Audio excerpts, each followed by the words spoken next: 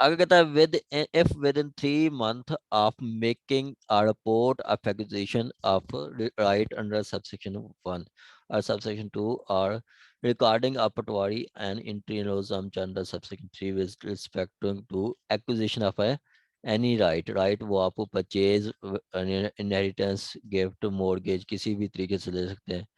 No order is made by revenue officer under subsection he shall report the cause of delay to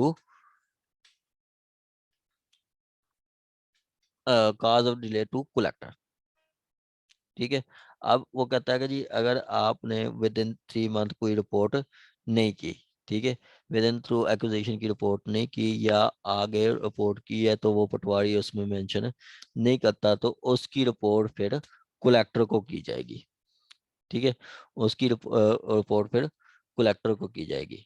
आगे last one कहता है कि the revenue officer shall in prescribed manner send or cause to send a gist of an order made by him under subsection 6 the person whose right acquired and also to the office of union administration whose in which the state is situated. ठीक है, simply जो inquiry करता है ऐसे तहसीलदार ने inquiry किया कि जी ये समी साहब ने तो सेल किया है 8 कनाल और ये अली अनवर साहब के नाम पे होगी ये 9 कनाल, गलत है. तो यहाँ पे जो जिसका वो राइट एक्वायर किया गया है, ठीक है, तो उनको नोटिस भेजा जाएगा जिसका मतलब जैसे समी साहब को नोटिस भेजा जाएगा कि जी ये एंट्री ऐसे हुई थी गलत हो गई थी तो हमने इसको करेक्ट किया है. मतलब जिसका सपोज के ऐसे भी हो सकता था कि जी समी साहब ने 7 कनाल मतलब 8 कनाल सेल की और अली जो परचेजर है उनके नाम 7 कनाल हुई है. ठीक है, तो बाद में 8 कनाल की गई है तो फिर समी साहब को बताया जाएगा कि जी हमने इस एंट्री को करेक्ट कर दिया है और उसकी एक मतलब जो है यूनियन एडमिनिस्ट्रेशन जो यूनियन काउंसिल को भी भेजी जाएगी जो कि एज सच प्रैक्टिस नहीं है. आगे सिंपली यही तरीकेकार आपका कंप्यूटराइज पे भी है, थोड़ा सा फर्क है, कोई और फर्क नहीं है. ठीक है, मैं आपको वो सरसरी ओवरव्यू दे देता हूँ कि सिंपली वो कि जब आप जाके टोकन लेते हैं कंप्यूटर सेंटर पे तो वहाँ पे जो भी आपका सर्विस सेंटर ऑफिशियल जो भी होता है वो SCO सर्विस सेंटर ऑफिशियल वो आपका एंट्री करके आपका वो डाटा मेंशन कर लेता है आपके साइन मतलब साइन वगैरह ले लेता है. उसके बाद आपको एक रिपोर्ट दे देते हैं कि जी फीस वगैरह पे करें. नेक्स्ट जो आप आते हैं तो ADLR के सामने डॉक्यूमेंट आपके स्टेटमेंट होती है एविडेंस होती है तो वो आपका नाम कंप्यूटर में भी करेक्ट कर देते हैं, एंट्री कर देते हैं कंप्यूटर में. क्या था with in the effect from the date notified under subsection 246A a person acquiring जिसने कोई प्रॉपर्टी खरीदनी है acquiring a right in a state by inheritance purchase or gift or otherwise as landowner or tenant shall within 3 month acquisition report to the Araji centre Araji record centre. ठीक है, अराजी record centre वो आपका जो computer centre जिसको कहते हैं.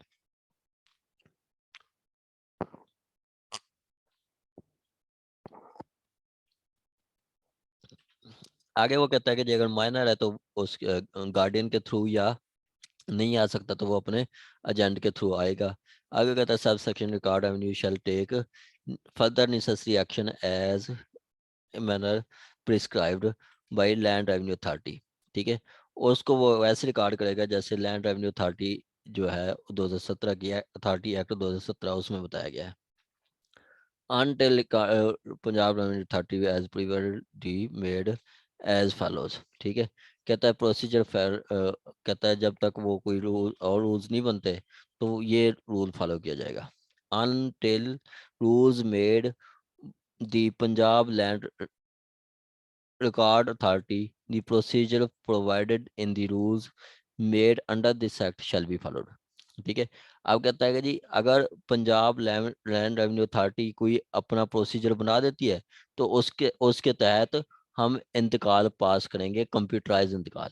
हाँ, जितनी देर तक पंजाब लैंड रेवेन्यू अथॉरिटी नहीं बनाती तो हमारा वो पुराना प्रोसीजर चलेगा वो पुराने रूल्स चलेंगे जो कि 1968 में बताए गए हैं आपके इंतकाल के, या ये जो 42 में बताया गया उसके मुताबिक होगा।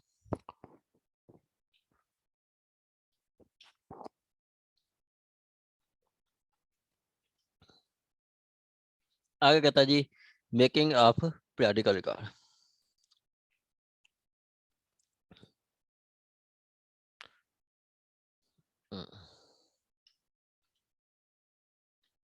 Making of periodical record.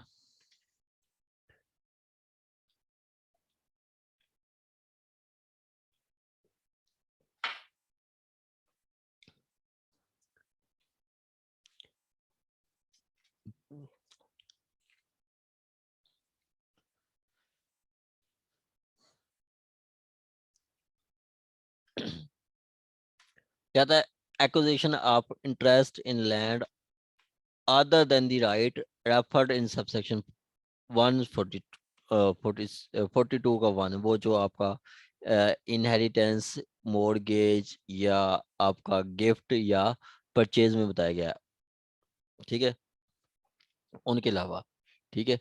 The acquisition other than, वो उनके अलावा कोई है, इफ इट इज अनडिस्प्यूटेड, अगर अनडिस्प्यूटेड है तब discarded by the Patwari in prescribed manner. In prescribed manner का क्या मतलब है? इन प्रिस्क्राइब्ड मैनर का मतलब है जो रूल्स में बताया गया है उसके मुताबिक पटवारी उसकी एंट्री कर देगा। रूल्स कौन से? रूल्स 1968 के, ठीक है।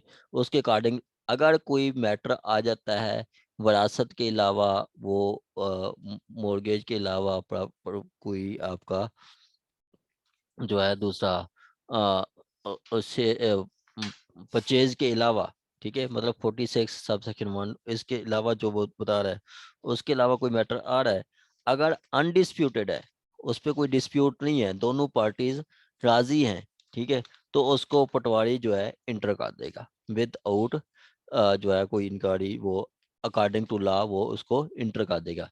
अब यहाँ पे वो कौन से मैटर हो सकते हैं वहाँ पे, ये मतलब जो आपका कोई दूसरे मैटर कौन से हो सकते हैं, सपोज के वो कोई लीज हुआ था, लीज है, उसको पटवारी इंटर कर देगा, या कोई अदर अदर कंट्रैक्ट है, ठीक है, कोई अदर कंट्रैक्ट है उसको पटवारी इंटर कर देगा।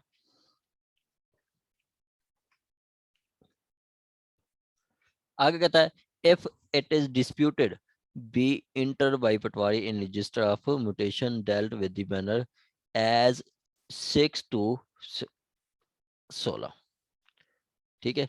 अगर वो डिस्प्यूटेड है तो वहां पे वो रिपोर्ट करेगा पटवारी आपका तहसीलदार को, तहसीलदार उसकी इंक्वायरी करेगा, इंक्वायरी करके वो जो 42/6 से 16/11 का जो प्रोसीजर होगा उसका वो प्रोसीजर अडॉप्ट करके जिसका राइट बनता है उसके अकॉर्डिंग कर देगा।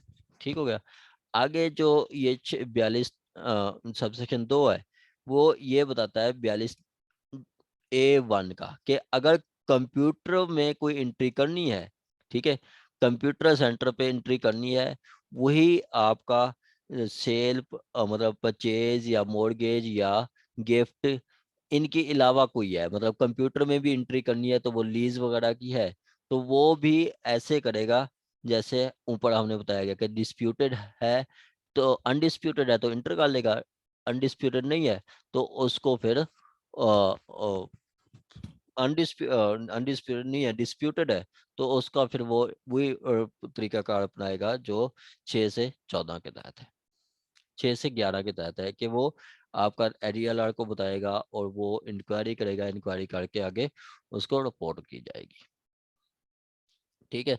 ये आपका 46(2) की चीज कर रहा है कि जी पीछे तो हमने इंतकाल पढ़ा था उन चीजों का, उसके अलावा कोई आपका इंतकाल आ जाता है, ठीक है, किसी भी चीज का, तो अनडिस्प्यूटेड है तो वो पटवारी उसको रजिस्टर कर देगा। अगर डिस्प्यूटेड है, दोनों पार्टी डिसएग्री है आपस में, ठीक है, तो फिर उसको तहसीलदार को रेफर करेगा, तहसीलदार का जो फैसला होगा उसके अकॉर्डिंग किया जाएगा।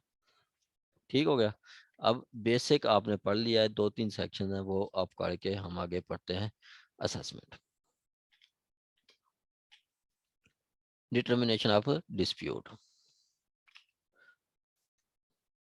कहता है if during the inquiry during if during the making revision, record बनाते हुए, ठीक है, या रिकॉर्ड बनाते हुए, रिवीजन करते हुए, या प्रेपरेशन ऑफ रिकॉर्ड, रिकॉर्ड के दौरान, या any course of inquiry under this chapter are dispute rise, अगर कोई डिस्प्यूट राइज होता है, ठीक है, as to matter in entry made in record of right और मुटेशन, कोई एंट्री का कि जी ये एंट्री गलत हुई है, ठीक है, उसका डिस्प्यूट आ जाता है, तो फिर रेवेन्यू ऑफिसर क्या करेगा? रेवेन्यू ऑफिसर में इज ऑन मोशन और on the application of party interested but subject to 45 after such inquiry things fit determine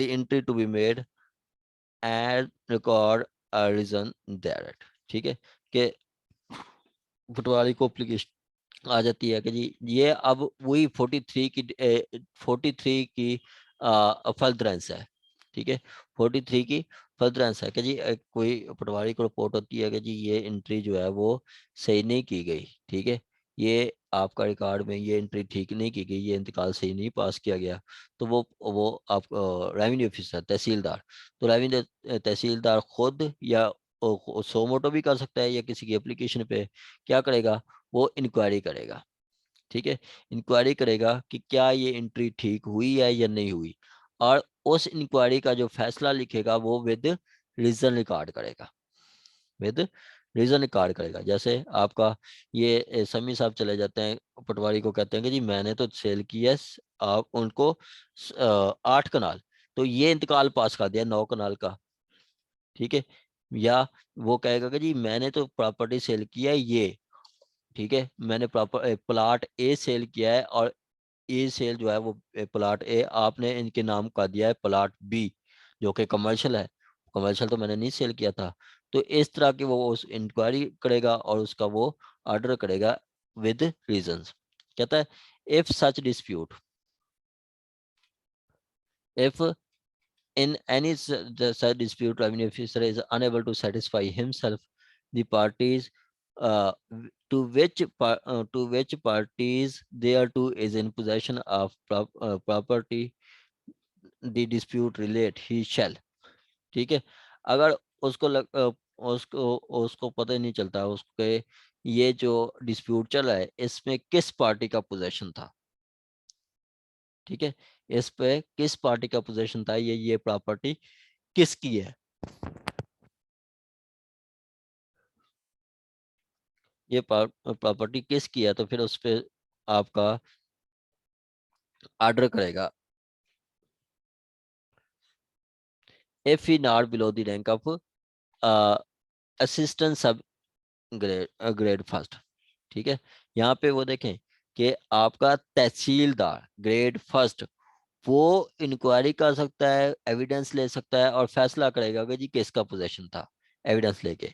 इसी तरह बी में बताता है कि जी अगर वो नैब तहसीलदार है, असिस्टेंट कलेक्टर ग्रेड सेकंड है, ठीक है, तो फिर उस सूरत में आपका वो रिपोर्ट करेगा तहसीलदार को, ठीक है, कहता है अगर आपका डिस्प्यूट आ जाता है पोजेशन का कि किसका पोजेशन था, तो फिर वो वहां पे क्या होगा, अगर वो आपका मतलब है तहसीलदार फर्स्ट मतलब तहसीलदार है, ascertain after the inquiry into opportunity,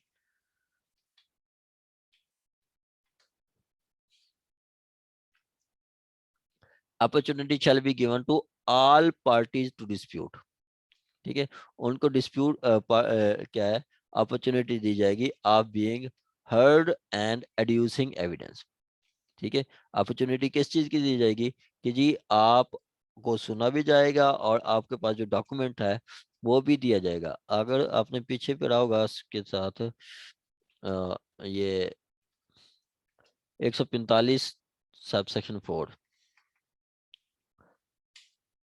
145 sub section 4 किसका, सीआरपीसी का, उसमें भी जो आपका मजिस्ट्रेट फर्स्ट क्लास है वो पोजेशन की हद तक इंक्वायरी करता है, एविडेंस लेता है और सच फर्दर एविडेंस लेता है, ठीक है, एविडेंस लेके कोई फर्दर एविडेंस है वो लेके वो बताता है कि जी इस वक्त एक्चुअल पोजेशन किसका है, ठीक है, इस वक्त एक्चुअल पोजेशन किसका है, तो वो भी यहाँ पे वो वही बात कर रहा है कि वो देखेगा के दोनों पार्टीज को सुनेगा और उनसे एविडेंस लेगा और वो देखेगा कि जी खसरा खसरा गिरदावरी किसके नाम पे है, ठीक है। And claim such and adduce evidence in support of their claim. Who is in person entitled to the property, उस वो प्रॉपर्टी किस पर्सन की है। Who is the person best title of property, मतलब किसके नाम प्रॉपर्टी है। And shall by written order direct that person be put in possession thereof। Suppose के यहाँ पे वो एक दो पार्टीज की डिस्प्यूट आया पोजेशन के हद तक, ठीक है। सपोज के डिस्प्यूट है मिस नईमा और मिस नायला का, ठीक है। अब मिस नईमा अपनी ओरिजिनल रजिस्टर्ड सेल डीड ले आती है और साथ म्यूटेशन ले आती है, ठीक है, जो कि वो शो कर रहे हैं कि जी बेस्ट वो मतलब बेस्ट टाइटल है उसका, वो प्रॉपर्टी है वो उसके नाम पे है। जबकि ऐसा मिस नैला कुछ नहीं दिखा सकती, तो आपका रेवेन्यू ऑफिसर क्या करेगा, रेवेन्यू ऑफिसर रिटर्न ऑर्डर लिखेगा कि जी ये प्रॉपर्टी मिस नईमा की है, और वो कहेगा कि that the person be put in possession दे रहा, वो पोजेशन फिर उस पर्सन को दिलाया जाएगा। वो कहेगा कि जी ये पोजेशन है, इसको दिलाया जाए। And the entry in accordance with the with that order be made in record of register।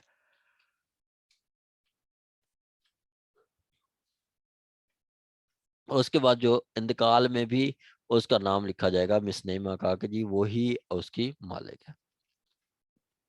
आगे कहता है इफ आपका वो नायब तहसीलदार है तो वो तहसीलदार को भेज देगा, तहसीलदार को भेजेगा तो तहसीलदार वही तरीकाकार अपनाएगा जो ए में बताया गया, कि मतलब उनकी एविडेंस लेगा, दोनों पार्टीज को सुनेगा, एविडेंस लेके फैसला करेगा। आगे कहता है a direction under subsection 2 shall be subject to decree, direction shall be subject to decree or order subsequently passed by competent court of jurisdiction। वो मैं आपको बता रहा था 43 नहीं 44 का सबसेक्शन 3 है, मैं देख रहा था 40। देखिए यहाँ पे तहसीलदार ने कहा कि जी प्रॉपर्टी जो है मिस नईमा की है, ठीक है, मिस नईमा की है, मिस नईमा अपना वो रजिस्टर सेल डीड ले आई है, म्यूटेशन नंबर ले आई है। फिर बाद में चली जाती है आपका दूसरी पार्टी मिस नैला, दूसरी पार्टी वो चली जाती है अदालत में सिविल कोर्ट में कि जी डेक्लेरेटरी सूट फाइल करती है कि जी महिला तो ये तो मैंने मेरी प्रॉपर्टी है, ठीक है। ये जो मिस नईमा ने तो डॉक्यूमेंट फोर्ज्ड बनाए हैं, ये तो उसके डॉक्यूमेंट है नहीं, ये रेवेन्यू रिकॉर्ड में भी मेरे नाम पे है। तो फिर क्या करेगी कोर्ट, मिस नैला के नाम पे डिग्री कर देगी, तो मिस नैला के नाम पे डिग्री हो जाएगी, तो वही कोर्ट की डिग्री प्रेफर की जाएगी। आपके रेवेन्यू ऑफिसर पे जो है सिविल कोर्ट के फैसले को प्रेफरेंस दी जाएगी, सिविल कोर्ट का ऑर्डर फाइनल होगा। यहाँ पे देखते हैं कि हिरार्की क्या होती है। हम नीचे तहसीलदार से फिर कलेक्टर, कलेक्टर के बाद कमिश्नर, कमिश्नर के बाद हम बोर्ड ऑफ रेवेन्यू चले जाते हैं। बोर्ड ऑफ रेवेन्यू जब खत्म हो जाता है तो उसके बाद फिर हिरार्की शुरू हो जाती है, फिर हम सिविल कोर्ट जा सकते हैं, फिर हम सिविल कोर्ट जा सकते हैं, क्योंकि civil court is right to declare the rights of parties. Civil court is only court to declare the rights of parties. Civil court ही आपके राइट्स डिक्लेयर कर सकती है, बाकी दूसरी कोर्ट्स नहीं करती। यहाँ पे वहाँ पे भी आपका अगर 80 यहाँ पे देखें आपका जो 88 है 88 CRPC, वहाँ पे भी एक पर्सन जाके क्लेम करता है कि जी ये मेरी प्रॉपर्टी है, इसको अटैच ना करें, ठीक है। मतलब अक्यूज का कोई बहन भाई चले जाते हैं कि जी ये प्रॉपर्टी हमारी है, इसको अटैच ना करें, तो उनका क्लेम रिजेक्ट हो जाता है। तो वो 88 के तहत भी उनको कहा जाता है कि जी विद इन 1 ईयर आप चाहें तो सिविल कोर्ट मूव कर सकते हैं। सिविल कोर्ट अगर आपको कह देती है कि जी ठीक है ये प्रॉपर्टी आपकी है, तो फिर सिविल कोर्ट का फैसला माना जाता है, ठीक है।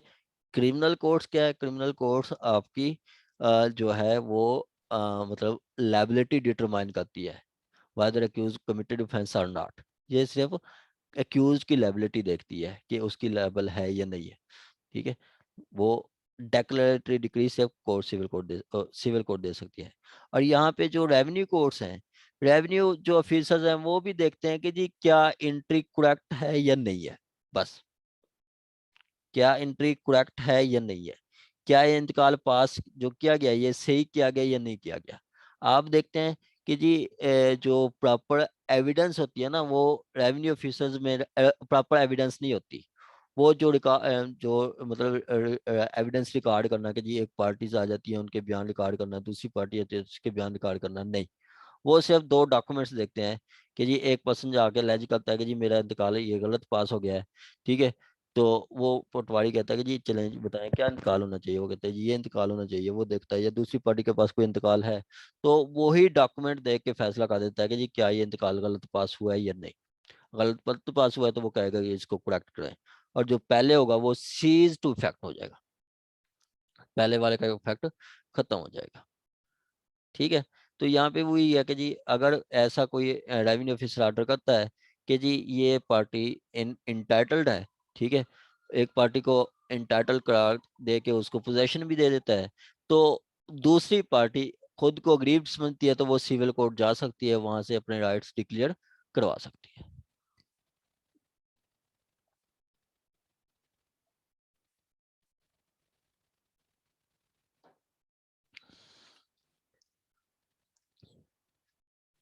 ये हमने पढ़ा है 44 के अगर कोई डिस्प्यूट आ जाता है, ठीक है, तो रेवेन्यू ऑफिसर उस पे इंक्वायरी करेगा। इंक्वायरी में वो एविडेंस ले सकता है, एविडेंस लेके विद रीजंस वो फैसला रिकॉर्ड करेगा कि जी किस पर्सन की वो ये प्रॉपर्टी है और उसको पोजेशन दिलाया जाएगा। दूसरी पार्टी के पास राइट है कि वो सिविल कोर्ट का दरवाजा नॉक कर सकती है। 46 कहता है, 45 कहता है कि जी एक दफा जो एंट्री हो गई है ना फिर उसको दोबारा चेंज नहीं किया जाएगा। एंट्री जो होगी है ना उसको फिर दोबारा चेंज नहीं किया जाएगा, मतलब जो एक दफा एंट्री हो गई है उसको दोबारा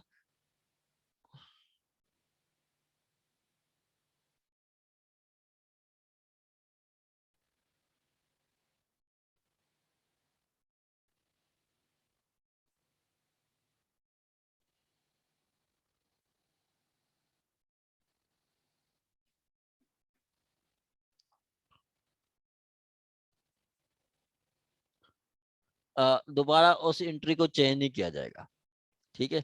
लेकिन उसकी एक्सेप्शन है तीन, तीन एक्सेप्शन ये ए बी सी में बताया गया कि ये एक्सेप्शन फॉल करती हैं तो फिर एंट्री को चेंज किया जाएगा, वरना जो एक दफ़ा इंतकाल पास हो गया उसको दोबारा चेंज नहीं किया जाएगा। जो एक दफ़ा एंट्री हो गई रिकॉर्ड ऑफ राइट में दोबारा उसको चेंज नहीं किया जाएगा।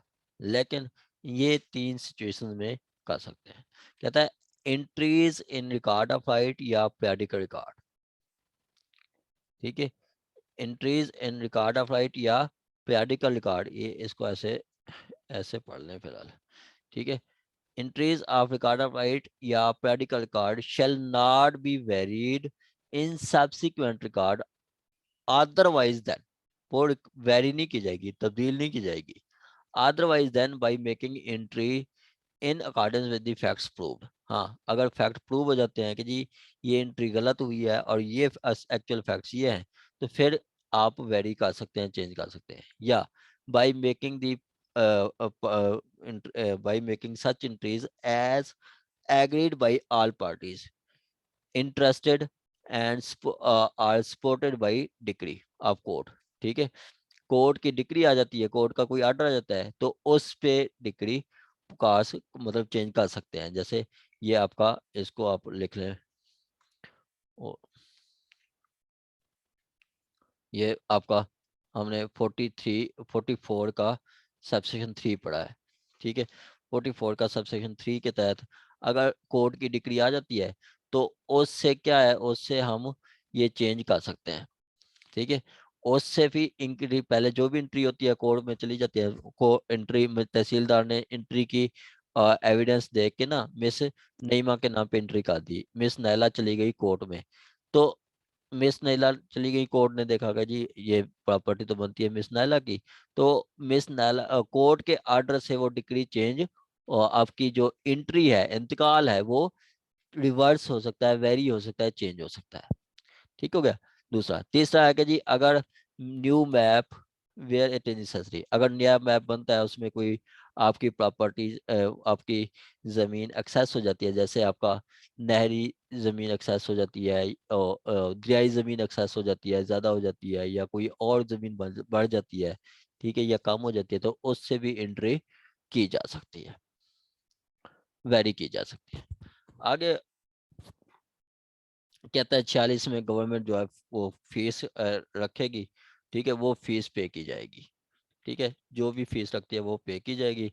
आगे 2 में कहता है कि जी गवर्नमेंट जो है ना वो अगर फीस रखती है परसेंटेज के हिसाब से, ठीक है, परसेंटेज ऑफ परसेंटेज या वैल्यू ऑफ लैंड की, ठीक है, कि सपोज के गवर्नमेंट कहती है कि जी आपने जैसे कहती है कि 1% आपने देने है कोर्ट फीस, ठीक है, कितनी, 1%, 1% ऑफ कंसिडरेशन अमाउंट, ठीक है, सेल सेल सेल या कंसिडरेशन सेल अमाउंट या कंसिडरेशन अमाउंट,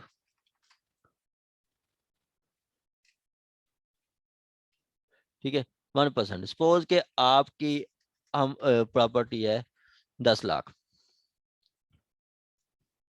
10 लाख की, ठीक है, आप कहते हैं आप सेल कर देते हैं, आप कहते हैं कि जी नहीं, हम अक्सर कहते हैं कि जी ये प्रॉपर्टी हमारी जो है वो बायर और सेलर आपस में तय कर लेते हैं, सौदा जितने का भी हो, वो कहते हैं कि जी गवर्नमेंट को फीस बचाने के लिए हम लिख देते हैं कि जी ये प्रॉपर्टी हमने, बेशक भी प्रॉपर्टी करोड़ की हो, तो हम कहते हैं कि जी 20 लाख की सेल की है, क्योंकि हमें गवर्नमेंट को थोड़ा पैसा देना पड़े। कहता है कि जी अगर गवर्नमेंट रेट रखती है कोई परसेंटेज के हिसाब से, जैसे 1%, तो वो परसेंटेज किसका होगा, वो डीसी रेट का होगा। किसका, डीसी रेट, जिसको कहते हैं district collector rate. District collector rate आपका मतलब हर कलेक्टर डिस्ट्रिक्ट का होता है, ठीक है, हर जिले की जो है वो हर साल एक बुक शेयर करते हैं, ठीक है, उसमें बताते हैं कि जी इस इलाके की ये प्रॉपर्टी का रेट ये है, ये प्रॉपर्टी कौन सी है, ये प्रॉपर्टी रेजिडेंशियल है, कमर्शियल है, या एग्रीकल्चरल है, ठीक है, और इस एक एरिया पे मतलब मौजा फलां के खाता नंबर फलां में जो एकड़ है उसका डीसी रेट ये है, फलां इलाके का डीसी रेट ये है। सपोज के वो कह देते हैं कि जी ये आपका लाहौर का जो मॉडल टाउन है, इसमें मॉडल टाउन एरिया, उसमें एक 1 मरला, ठीक है, 1 मरला जो है वो आपका अमाउंट है 10 लाख का, ठीक है, तो आपने जब सेल करनी है तो वो आपको फीस 10 लाख के हिसाब से पे करनी पड़ेगी, चाहे आप कम अज कम 10 लाख के, चाहे आप 5 लाख का खरीदें, 2 लाख का खरीदें, फीस आपको डीसी रेट से ही पे करनी पड़ेगी। ये आपका 40(2), ये आपकी पंजाब अमेंडमेंट है, ये बताया गया है। आगे कहता है आपका फी कौन पे करता है, फी वो पे करता है जिसकी फेवर में इंतकाल पास किया जा रहा है, मतलब आपका परचेजर। फीस कौन पे करता है, परचेजर पे करता है,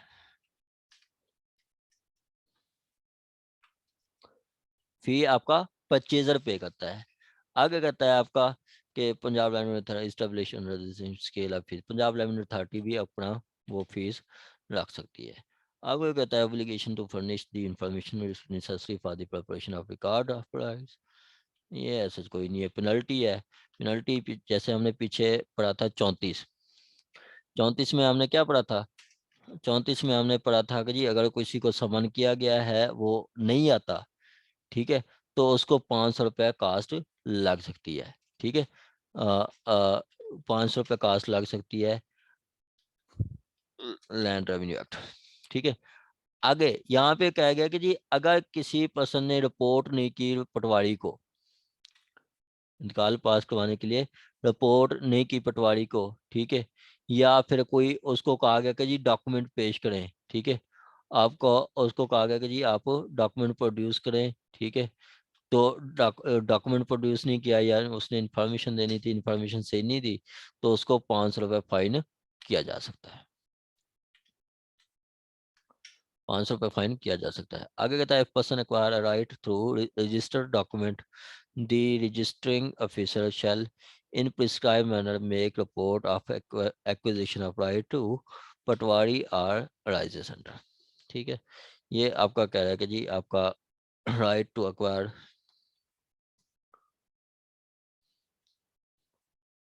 if person acquire right through registered document, the registering authority shall in prescribed manner make the report of acquisition to patwari एड राजी सेंटर। ठीक है, अब जैसे हम डॉक्यूमेंट जाके रजिस्टर करवाते हैं सब रजिस्ट्रार के पास। ठीक है,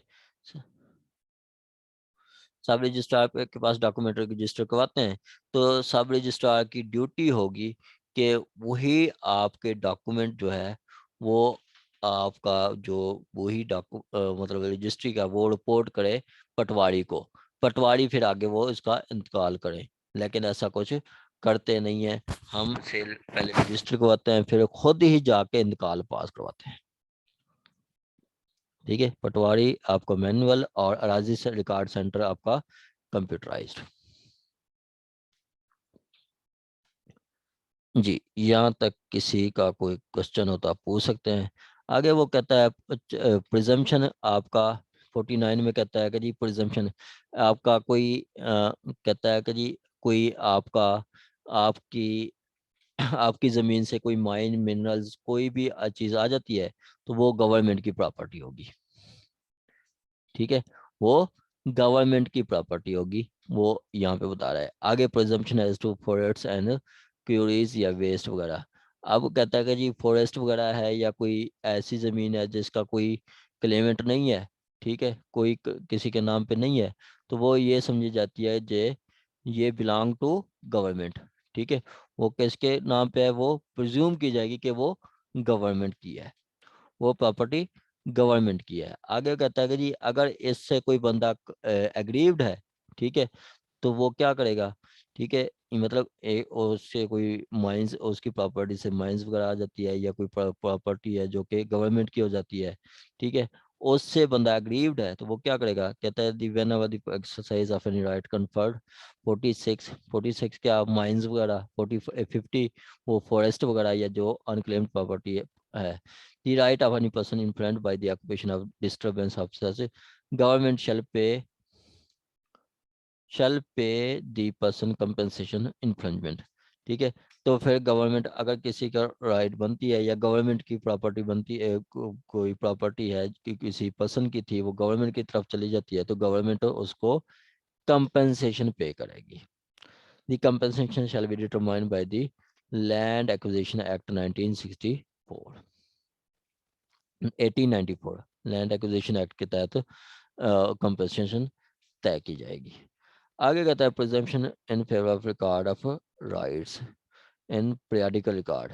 ठीक है, शैल बी प्रिज्यूम्ड। अब कहता है जो एक दफ़ा पीरियडिकल रिकॉर्ड में एंट्री हो गई है तो वो समझी जाएगी बिल्कुल ठीक है जब तक उसके अगेंस्ट कुछ प्रूव ना हो जाए, अनटिल कंट्रेरी इज प्रूव्ड। ठीक है, कि आपका ये जो इंतकाल होता है ये पब्लिक डॉक्यूमेंट है, पब्लिक डॉक्यूमेंट को प्रिजम्पशन ऑफ ट्रुथ हासिल होती है। ठीक है, सिंपली एक एंट्री एक इंतकाल जैसा मर्जी पास हो गया तो ये समझा जाएगा कि वो ट्रू है, करेक्ट है, अनटिल कंट्रेरी प्रूव्ड, जब तक उसके अगेंस्ट कुछ और ना आ जाए वो समझा जाएगा कि बिल्कुल ठीक है। Suit for declaratory decree by person aggrieved by entry in record. अगर कोई पर्सन है जिसका रिकॉर्ड वो गलत एंट्री हो गई है तो वो क्या करता है, वो दावा डिक्लेरेटरी डिक्री पास ले सकता है। मतलब किसी की मतलब जमीन दूसरे गवर्नमेंट के खाते चली गई है, ठीक है, तो वो क्या वो अपने आप के लिए डिक्लेरेटरी डिक्री फाइल कर सकता है, सूट फाइल कर सकता है। आगे आपका पेरिडिकल रिकॉर्ड तैयार किया जाएगा टाइम टू टाइम। उसके बाद पेरिडिकल रिकॉर्ड के लिए वो 54A के तहत कहते हैं कि जिस किसी को कहा गया है कि ये इन्फॉर्मेशन दे तो उसने इन्फॉर्मेशन लाजमी देनी है। ठीक है, इन्फॉर्मेशन लाजमी देनी है और बिल्कुल सच बताना है। ठीक है, उसने सच बताना है। जो बंदा इन्फॉर्मेशन नहीं देता या झूठ बोलता है, ठीक है, तो उसको 2 साल तक सजा हो सकती है। मतलब रिकॉर्ड बनाते हुए, ठीक है, किसी को कहा जाता है कि जी आप बताएं कि जी आपके नाम कितनी ज़मीन है या आप अपना डॉक्यूमेंट्स ले आए, वो बंदा नहीं जाता या झूठ बोलता है, ठीक है, तो उसको 2 साल तक सजा होगी। Power to make rules respecting, government जो है रूल्स बना सकती है, गवर्नमेंट रूल्स बना सकती है। रूल्स क्या, कि ज़ुबान कौन सी होगी, ठीक है, वो आपकी ज़ुबान कौन सी होगी, मतलब उर्दू में लिखे जाएंगे या इंग्लिश में लिखे जाएंगे, और रजिस्टर कैसे मेंटेन किए जाएंगे, ठीक है। और उसके अलावा वो कह कहेंगे सर्वे, खसरा खसरा गिरदावरी रिपोर्ट कैसे होगी, ठीक है, खसरा गिरदावरी कैसे होगी, या आपका इंक्वायरी कैसे कंडक्ट करेंगे रेवेन्यू ऑफिसर, इसके लिए गवर्नमेंट रूल्स बना सकती है, ठीक है। आगे आ जाइए आपका असेसमेंट। यहाँ तक किसी का कोई क्वेश्चन हो तो आप पूछ सकते हैं, सिंपल है, कोई मुश्किल नहीं है।